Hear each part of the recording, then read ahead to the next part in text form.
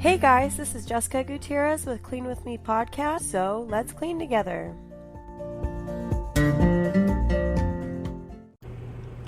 Hi, this is Jessica Gutierrez, and this is Clean With Me podcast day, so I'm gonna get right into it. I want you guys to get motivated and ready to go. I've had a lot of stuff happening, a lot of stuff going on. I had a lot of life changes, so I will update you guys about all of that. But first comes first, let's get motivated. Let's get ready to clean. For you, it's just putting on the podcast, then you're already there. Great. But if you need to light a candle, get ready for the day. Maybe you need to open some windows. Whatever your ritual is that gets you motivated, get your kids occupied. Maybe they're at school. Or maybe your motivation is you have 20 minutes to get to work. So let's get going. And first things first, like any of my podcasts, if you're a new listener, I am going to go through the entire cleaning process of your house. And of course, everyone's house is different, everyone's style is different, but there's a way I do it. And I give different ideas here and there of things that you can do. So it's just a cleaning walkthrough, step by step, room by room. And it's just a way to stay on track and stay motivated to clean your entire house. So we're going to start, like I usually do, by doing a load of laundry. And we're going to do what we call a laundry switch. So let's move our clothes from the washer to the dryer, and from the dryer to a laundry basket. And we're going to revisit that at the end of the episode. And we're going to fold the clothes that were in the laundry, or the clothes that you're loading right now if there was nothing in the washer or dryer already. So go ahead and do a laundry switch, and then after you're done with that, go ahead and do a fresh load of laundry and get that started and get the washing machines going. That way, by the end of the episode, it'll be ready to do another laundry switch, and then you can do some folding. So I have a lot to talk about, so it was a roller coaster. First of all, on Sunday, I broke down because my baby was crying for me the night before and saying she wanted me. And it wasn't the one I thought. It was not my 1-year-old. It was my 3-year-old. She was with my mother, and they live in Hobbs, New Mexico, for those of you that aren't avid listeners. And I left my kids with them for the first time, and it was my first time being away from them. And it had been 4 or 5 days, something like that. And they were crying for me, and they were fine during the day, but they were fussing during nighttime, and it wasn't really them. They were happy over there. I really miss them. And I was like, what if they forget about me? And it was just hard on me. So I went and picked them up. My mom and dad met me halfway in Abilene, and we went and picked up the kids, and that's why I wasn't able to do an episode. I was an emotional wreck that day. I was driving all day long, and then I had to go meet their babysitter that I found a good babysitter that my friend is close with, and I wanted to meet her for myself, and because I've never left my kids with anyone besides my mom a couple days prior, and that was kind of like the boot camp, and just be doing the laundry switch while I'm talking, of course.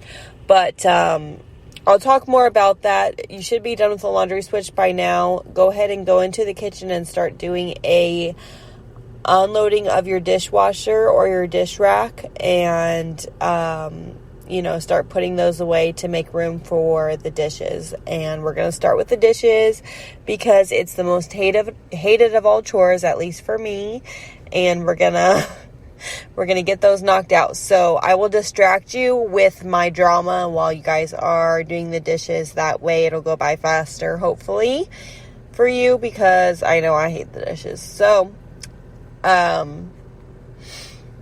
anyway, I drove to Abilene. They decided to meet me, and I picked him up, and I was just so relieved. But it was a long day. We had to meet the babysitter. We met her. She was great. And, I ended up not getting the job. I thought it was a for sure thing. I had an interview, and they told me, pretty much like, okay, we'll talk about uniforms and everything, and I'll call you on Monday. We're just super busy.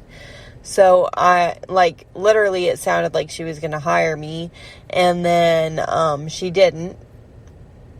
She called me when I called Monday. She kept putting off, saying she was busy and to call her back. And then she was like, we had a lot of applicants and blah, blah, blah. She gave me, the nice answer of, we went with someone else. We'll call you if we need you, kind of a deal. So I was super bummed out about that. And I knew that this daycare that I had previously worked at was desperate for workers, and so it was super out of the way from the daycare lady that I had found, and they had a weird rule. Well, most daycares have, a lot of them have some kind of rule that you can't have your kids at the same daycare, or you can't have them at the same daycare for a certain amount of time, and just be unloading your dishwasher and starting to do your pre-rinse or gathering dishes from around the house while I talk. But, a lot of daycares have this rule. I don't know. I've only worked at this one. But basically the commute, I told her I'd try it out, because she was real desperate. She said she's always shorthanded. I worked for her, 4 years ago, and she was shorthanded then. She's shorthanded now. And, it was fine. It just, I felt bad, but it was really, the reason I wanted to work was because I wanted adult interaction. Obviously the main point was to get money. I want to be around my kids. So if I'm giving up being around my kids, it needs to be enough money for that to be worth it for me. And I want to at least have my mornings or my evenings with them. And the commute was taking so long because I was getting out during traffic hours and I was going in during traffic hours. So it was like it took 3 hours just to get to work and 3 hours to go home. So the sun wasn't even up when I was leaving the house, and the sun was going down when I got home.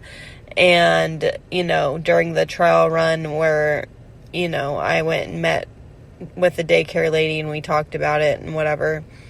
So I just, I talked to her today and I told her, is there any way that my kids can, go to this daycare, and because I cannot do this commute because I will never see my children and I just can't do that, No, the babysitter's great and all, but it just wasn't worth it for the amount of money that she was paying me, and then I never see my kids, and then also I'm doing all this for just a little bit of extra money a month, barely anything, because I have to pay for gas, I have to pay for, the daycare, etc., etc. So she wouldn't budge on it. She said, sorry, I can't bend the rules for you. And then her discount, I don't even think it was that much anyway. So it wasn't for me. And the only reason I was going to take the job and I considered it and I talked to her about it was because I knew that she would hire me immediately. And I was just disappointed that I didn't get the job I wanted. So, she just said, let me know if you find a daycare that's closer to us and then give me a call. And I was like, okay, we'll see. So I felt bad because I know she needs help, but on the other hand, I asked her, I told her, I'm sorry, I couldn't find a babysitter that was any closer. You kind of gave me no notice. I called her at 7 p.m. the night before, and she was like, can you come in at 8 for a trial run tomorrow morning? And I was like, sure. So I bought a pair of scrubs and just showed up and talked to her about it, and it was just kind of spur of the moment. She was super desperate for workers. So, I felt bad because I knew she was in a bind or whatever, but she didn't want to budge about the putting my kids in the daycare thing. So, and I don't have any family or anything that can watch my kids that are close. So, long story short, I have my side hustles and my money I make from home. So if I don't find something that I enjoy and that I'm actually going to want to do and that actually makes enough money for it to be worth it to spend time away from my kids, then I will go ahead and start working there. So I'm still looking, and I'm sure I'll find something soon. I have a couple other places lined up that, waitressing jobs that I think will work, hopefully out, fingers crossed. But anyway, I hope you guys are doing your dishes right now. Make sure you pre-rinse really well. Make sure you get all of those dishes from around the house. You should have already done that by now, but if not, do that. If there's any leftover dishes in the refrigerator that need to be cleaned out, or you need to clean out your refrigerator, go ahead and get all the dishes and everything, leftovers out of the refrigerator so you can dispose of the food and wash those dishes while you're in dish mode. I do that because otherwise it'll get neglected. And then what I do, of course, is I do just a really thorough pre-rinse. I make sure I get all the food off of my dishes first and do a very thorough pre-rinse because I hand wash my dishes, but the same thing applies if you're putting it into the dishwasher. And first I take them all out of the sink, and then I do, utensils first, then I do cups first, then utensils, then plates and bowls, and then the pans. And, if you have any pans that have stuff that is really stuck on and you're having trouble with that, you can always boil some salt water into the pan and let it sit there, or just let it soak with some soap if you're just being lazy and you're like, oh, okay, I'll just wash this pan later, and you're not really worried about leaving it out. You could just fill it with some hot water and some soap and let it soak for a little bit, and then clean it later on in the day. Whatever you choose to do, no judgment. I've done that plenty of times. But if you're trying to get it all done right now and you don't have that many dishes to do, you can just boil some salt water in a pan, and that'll help get the stuff up quickly. And it was so funny listening to Juliana. By the way, keep working on those dishes, finish those up. But it was so funny listening to her talk about her daycare day, my 3-year-old, because everything she was complaining about was good things. She was like, the daycare lady wouldn't let me, throw dirt because she said it was going to get in people's eyes. And I'm like, yeah, that's a good thing, Juliana. And then she'd be like, yeah, she made me sit down and eat my food until I was finished with it, and she wouldn't let me get up and play with my toys. And I was like everything was a good thing that made me like her even more. And I told her that, and she thought it was hilarious. And so it made me think to myself, am I not that good of a mom? Why is my daughter acting like these things are so strange? So I'm gonna it was kind of a wake-up call. I need to be a little stricter with my kids and put them on a stricter schedule. So we've been doing that, even though they only had one day with the daycare, or school, as Juliana called it. And she was a little bit irritated that it wasn't a real school and that it was a house. But sorry, honey, but daycares are way too expensive, and I don't really trust them. Well, it depends. Not every daycare is terrible, but you just never know whose kids are in there, what's going to happen, or if they're going to love I don't know. Nothing against daycares, nothing against daycare workers, nothing against you if you put your kid in a daycare. I was considering it. I actually had a daycare lined up. It was just, I couldn't afford it. Ideally, if everybody, if you had the money, everybody would probably have a nanny, a live-in nanny, so they can go to work that, they trust, or a family member, but that's not the case for everyone. Like me, I don't have family that lives here, so I was going to have to either choose daycare or a home daycare, and I ended up getting blessed with finding a good daycare that was a home daycare, even though she's a little bit far away. So, don't get me wrong. I'm not saying, like, you're a bad person if you put your kid in a daycare. I was legit going to put my kid in a daycare before I found this lady. It was just going to be, like, really tight, and I wasn't going to be able to have a lot of extra cash, and I was thinking about not even doing it because I didn't think it was going to be worth it until I found the home daycare lady, which I really like. So anyway, I just don't want you guys to be like, oh wow, she thinks I'm a bad mom because I take my kids to a daycare. No, of course not. I don't think that. I was going to do it myself. Me personally, I've never been away from my kids, so I'm scared. Regardless, I'm just scared about everything. But anyway, moving on.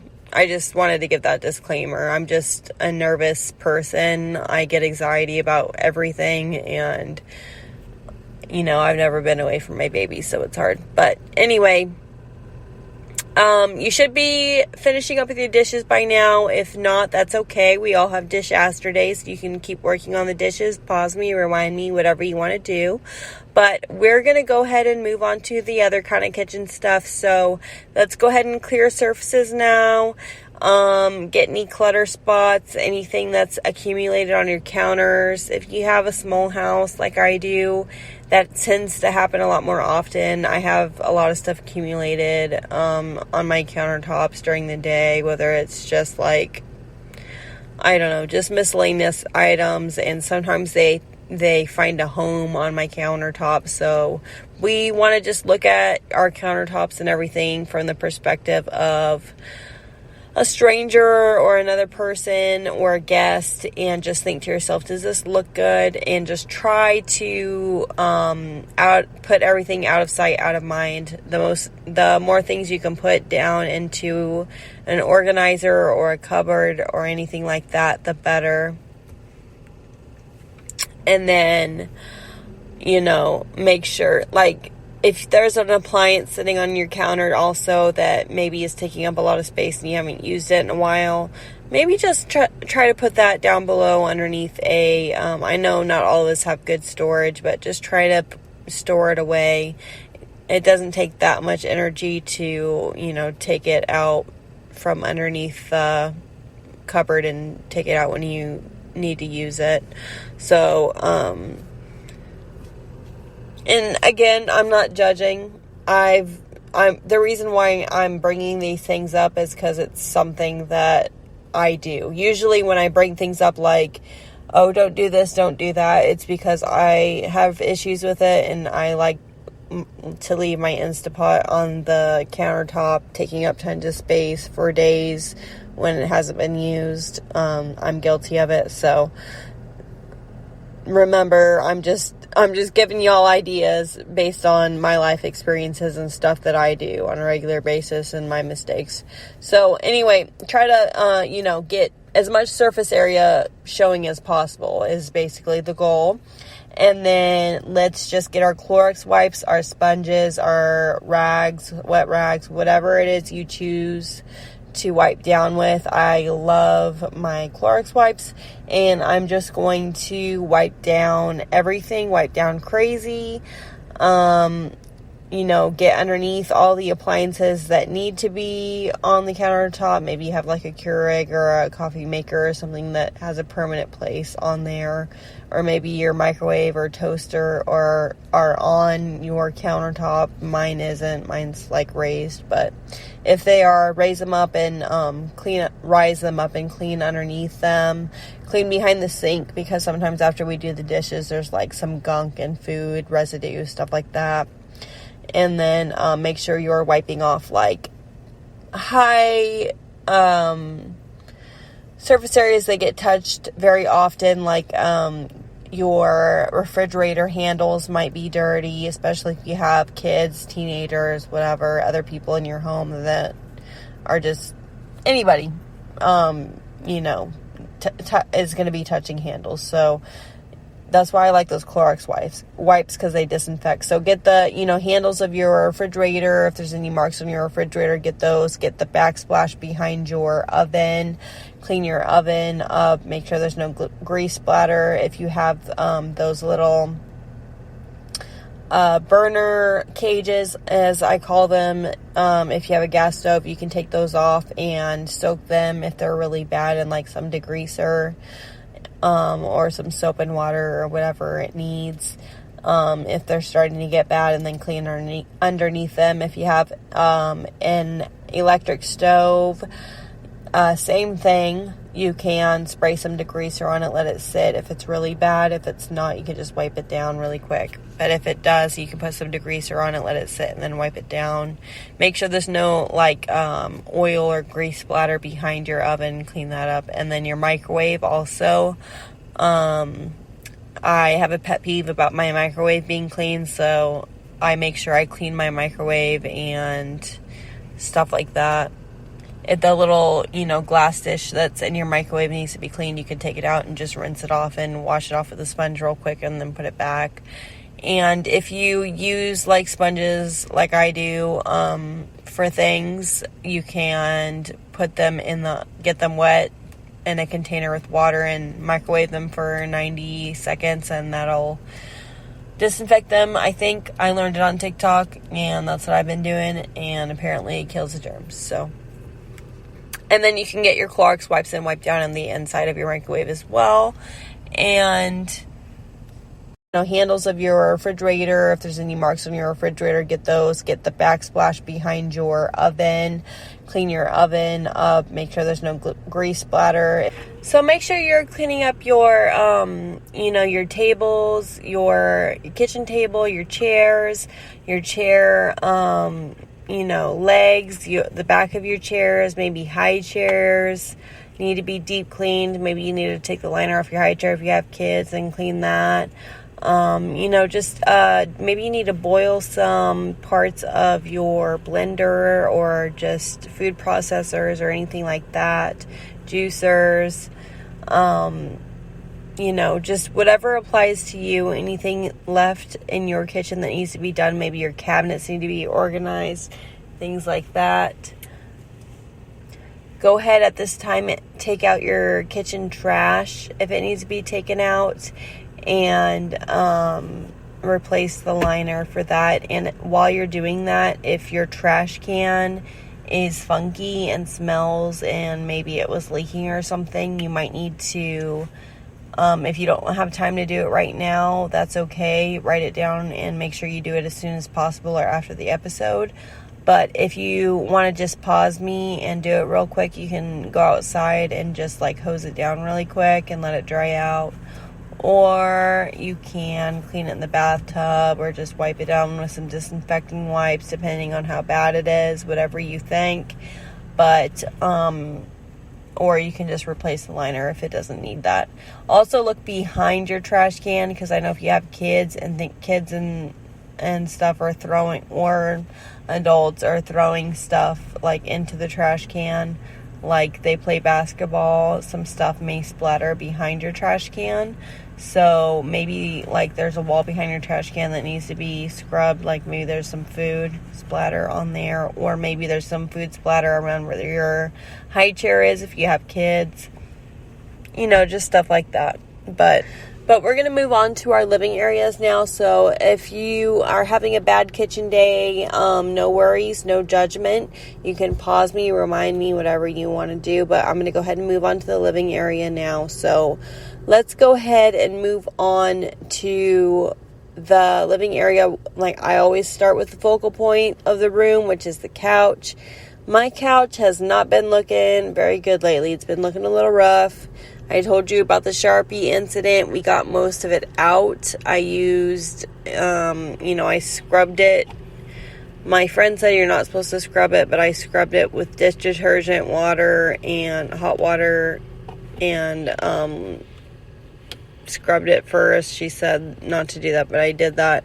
Then I washed it on a cool cycle in the, or in a hot cycle in the, washer, and then it was really faded, and then my husband did something else to it. I'm not sure what he did, but I think he just scrubbed it more with just soap and water and then re-washed it a second time, and it faded to where you can barely see it. So that's the best we're going to get it, I think. But online it said to use hand sanitizer, so maybe try that.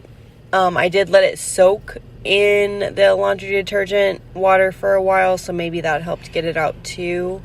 I let it soak for quite a few hours. I forgot to put that step in there. But, and my daughter is right here, so if you hear somebody whispering to me, it's because she's not listening, because I told her to be quiet. She wanted to sit here while I record. You can say hi, Juliana. Hi. Did you like your babysitter? Yeah. Was she fun? Yeah. I gave babysitter inside the house hiker. And I babysitter my dolls. You're a babysitter to your dolls? Yes, you are. Okay. Okay, so before we spot clean our couches, though, I just wanted to give an update about that. Let's go ahead and take the cushions off. If there's any, like, crumbs or anything underneath your couch cushions, go ahead and take care of that now. You can either brush them off with a broom, or you can use a hand vacuum if you have one, or you can use a regular vacuum, with a little attachment, and just vacuum up as much as possible. If you have kids, this is definitely necessary. You may not need to do this, but I need to do this regularly, so I just, get my hand vacuum and vacuum underneath my cushions. Sorry, she's playing with a Furby or something. Juliana, quit playing with that Furby. It's too loud. It's not a Furby. It's just a cat. Okay, quit playing with that cat that looks like a Furby. But anyway, it's necessary for me, so I always bring it up. But also, if anything has accumulated underneath your couch, you can get a broom and just, sweep everything up from underneath your couch, or move your couch if you're capable. If you're not, and you have a raised couch that things get underneath, you can just get your broom and use it as an apparatus to just, sweep everything out from underneath the bottom of your couch. You just get down on the ground and just, kind of sweep all the stuff out into the open and pick it up. And it seems like a pain, but it's good to do. If you do it regularly, then it isn't that bad. It only takes like 5 minutes. And then, fix your couch cushions, make your couch look nice and pretty. Fix your pillows, your throw pillows. That always motivates me to continue cleaning my living areas, because I like my couch to look nice and pretty, and my pillows and my throw pillows. It just makes the house look better to me. And then just do your normal picking up in the living area if there's any hot spots, like your coffee table or end tables or anything that have accumulated stuff or junk. Look at the the area from the perspective of someone else, and just think, like, if somebody walked into my home right now, somebody that's like a clean freak, or just somebody that's super clean, would they think, or whoever you care the most about your house being clean, would they have any issues in this living room? That's how I think sometimes. And then pick up those things and put them away where they go, because we want to put things away where they go. We don't want them to just be moved from one place to another, because that just creates more work for us. And then if you want to spot clean your couch and your floors, if you have carpets, or even if you just have some bad spots on your wood floor, like stickers or whatever, you can spot clean that at this time with some carpet cleaner, or some just spray Goo Gone or whatever. Some kids put some stickers on your floor. I don't know, whatever the case may be. And then you can wipe down mirrors. If you have any mirrors, get some Windex, wipe down your mirrors. Don't forget to fix any or dust pictures that may be laying around your house. Maybe you need to wipe down your windows with some Windex. Your window sills might be getting dusty. Anything like that. If there's any scuff marks on your walls or your doors or around your house or your baseboards, I highly suggest using magic erasers for that. Or if there's any like writing on your wall or anything, they work great. Or your tables or anything except for fabric, unfortunately. But those are great for any scuffs or anything from pets or from kids or from otherwise. So, if your baseboards need to be cleaned, you can do that as well. You can scrub your baseboards with either dryer sheets or wet wipes or, whatever. And if you're cleaning your TV, like I've said before, do not spray directly on the TV. Whatever you're cleaning with, Windex, glass cleaner, whatever, make sure you're spraying it on your rag first and then wiping down the TV so you don't mess up your TV. And you can wipe down your TV stand. If you have a rug that needs to be cleaned, you can either vacuum it now, wait till after the episode. I like to do all the floors after the episode, or just spot clean the rug, or, just fix the rug if it's just out of place and just straighten everything. You're just wanting the living area to look presentable and just put everything back where it goes, basically. But we are going to move on to the hallway area. Same thing. If there's any like scuff marks on the walls, you can get that with a magic eraser. If it's not that bad, you can get it with a wet wipe. But if it is bad, use that magic eraser, and maybe you need to dust some of, maybe there's cobwebs. Hopefully not. I hate spiders. Maybe there's some cobwebs. Maybe you need to dust some pictures in your hallway or anything like that. But we're gonna go ahead and move on to the bathroom now. So as we're going to the bathroom, I like to keep a laundry basket in my bathroom. You may not be like me. So I like to keep dirty clothes in a hamper in my bathroom that way, because I have kids and everything. That way, it's just easier when you take a shower, you have dirty clothes, you throw them in the hamper, and then whenever I'm doing my laundry, I take my hamper from my bathroom and then I move it to the laundry area so that it'll be washed. And I have like a big bin that I put all my clothes that need to be washed there, so I transfer those clothing there when I do my bathroom. And then or pick up clothing from the floor. If you have teenagers or preteens or something, you might have some clothing on the floor from when they got ready from school or whatever. And then I would start with the mirrors first. Use some glass cleaner and clean your mirrors with paper towels, newspaper, whatever it is you use to clean your mirrors. And then let's clear surfaces. So same thing like with the kitchen, just clear all your surfaces. Try to organize things the best as possible. Try not to stuff things in drawers. Try to put them where they go. If you're noticing as you're putting stuff away that your drawers are completely unorganized, make sure you're writing that, pausing me and writing that down for your to-do list.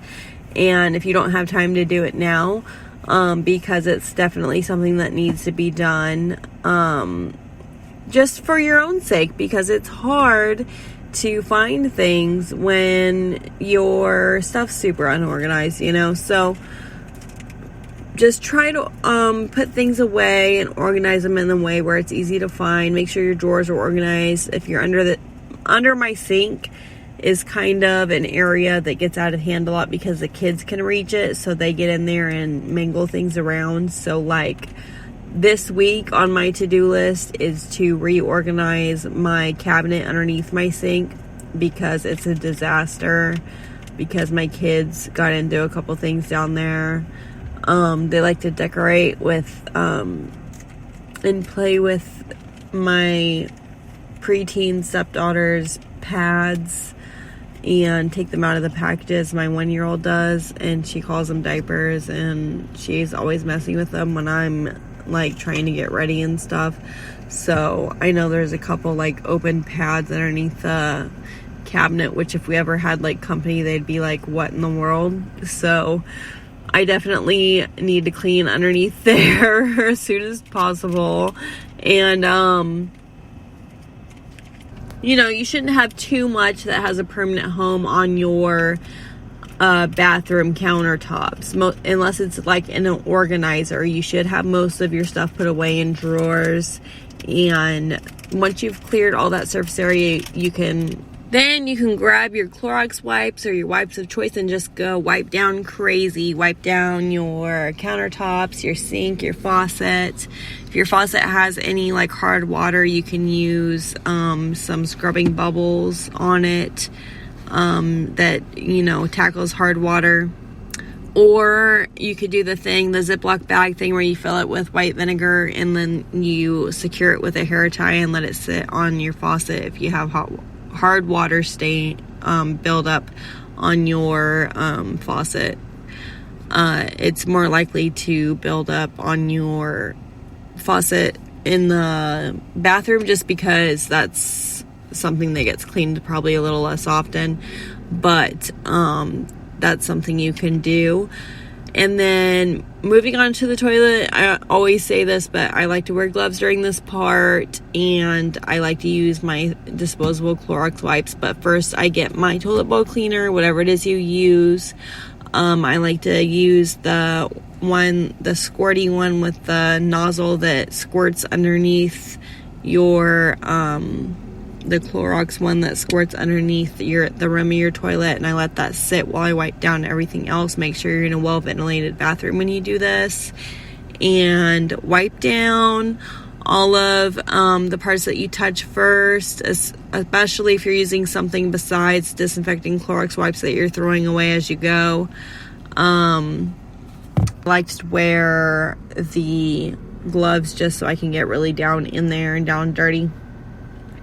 And then I, get the other areas, and I make sure, you can snap off the back of the actual lid of the toilet to get a real deep clean behind there. I like to do that at least once a week, preferably more than that, but at least once a week.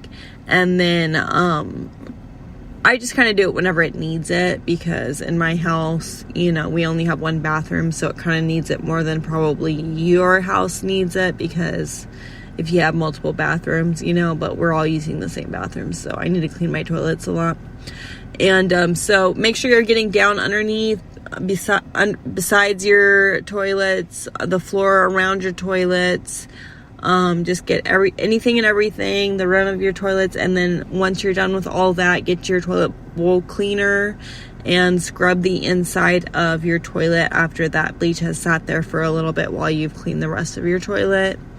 And then as far as floors, if you have stained grout that looks really funky and you want that to be whitened, you can use that same bleach and put it in your grout and let it sit there for a little bit and then scrub it with a toothbrush.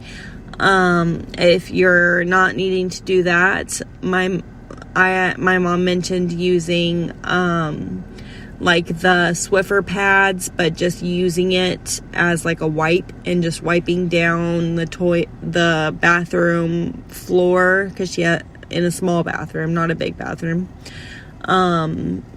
And that way you can get behind the toilet and all of the little side areas, the corners, the baseboards, stuff that you wouldn't normally be able to reach if you had it on the Swiffer. Or if you have a bigger restroom, you can use a Swiffer and do that method. You can do both. Just that way you're getting all of the areas that need to be they need to be done. And same thing with the baseboards. If you're having trouble getting the dust off the baseboards, you can use dryer sheets. And then moving on to the bathtub, like I said, I like to keep a sponge in my bathtub with a scrubbing bubbles type bath soap scum cleaner in it, dispensable sponge, a sponge that dispenses that whatever you put in it, if you know what I mean. They sell them at Dollar Tree, they sell them at Walmart, they sell them everywhere. I keep one of those, and then after I take a shower, I just do a quick scrub of my bathroom just to maintain it. Of my shower and bathtub just to maintain it. But every once in a while it does need a good bleaching. So if it does, and if your tub's real bad and you haven't done it in a while, you can use that toilet bowl cleaner. It's a little more expensive, but if you have plenty of it, you can use it for the bathtub, and it works really well.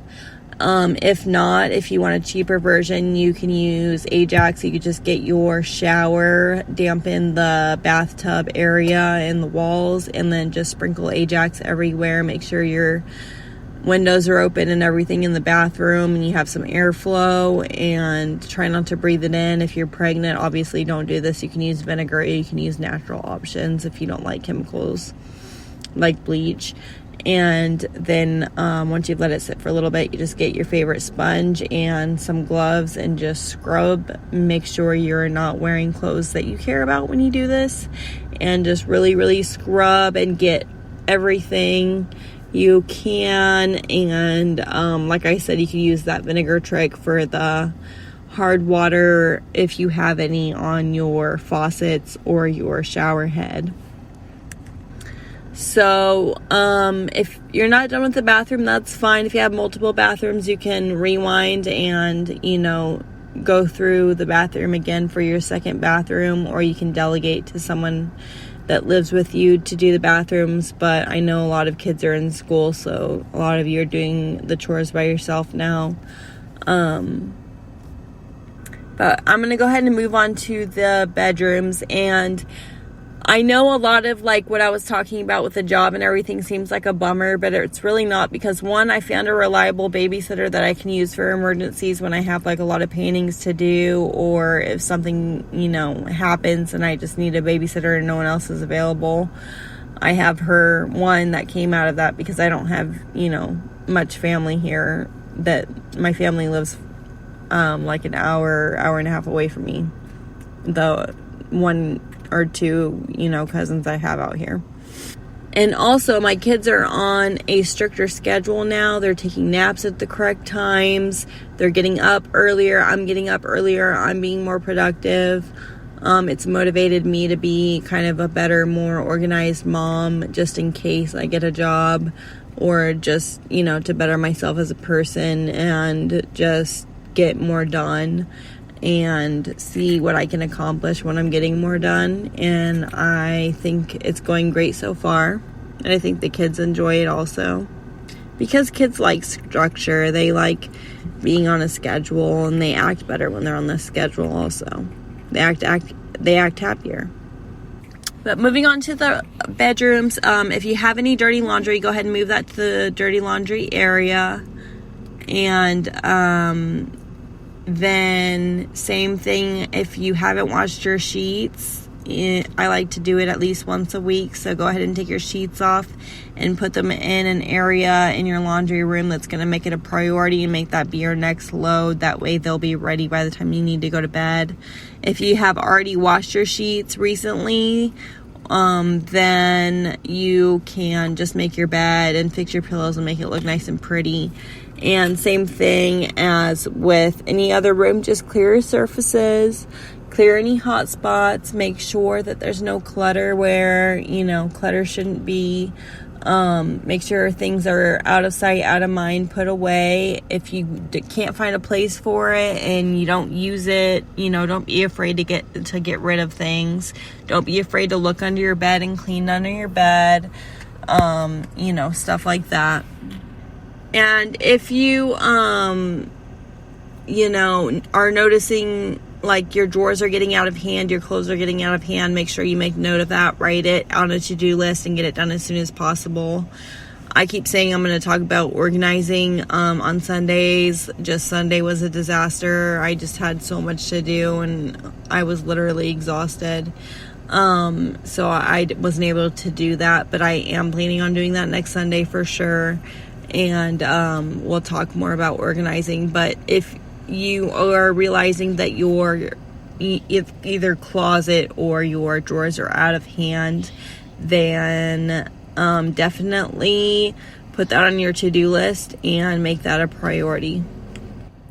But I'm going to go ahead and wrap up the episode. If you, I want you guys to go ahead and do a whole house floor clean. Whether you have carpet or you have hardwood floors, do a good sweep and mop of your entire house. If you do have hardwood floors, I know you guys are doing great. You've done a lot of work already. I know a lot of you are tired, but let's just try to get those floors done if they need them. I have, small children, so I do need to sweep and mop every day. You may not need to, but I do. Or do a vacuum if you have a carpeting. But do all of your floors in the house. You probably already did your bathroom floor, but do all the rest of the floors in the house. And then don't forget to do your laundry switch and fold your laundry. Kick your feet up after you're done with your floors and just relax. Put on your favorite show or podcast, or listen to a book on audio or whatever, and just sit back and relax. Maybe do some homework like my mom does. I don't do 2 productive things at once. I said that in a joke in another podcast. She was like, oh, I do homework while I do my laundry folding. I'm like, that's too many things. I like to relax when I do my laundry. So I put on a show or something, and then I just sit back and relax and fold some laundry and do some more laundry loads. And so do that, fold your laundry, and don't forget, if you would like to financially support the podcast, I got some new supporters. Thank you guys so much for supporting me. You guys are amazing. And thank you to my old supporters, everyone that supports me on Patreon. I really appreciate it. You guys make this podcast possible for me, and I cannot express how much gratitude I have for you guys. You guys are amazing. I will put the link for that in the description if you're interested in that. It's called Patreon. And Juliana would like to say something now. Happy cleaning. Happy cleaning.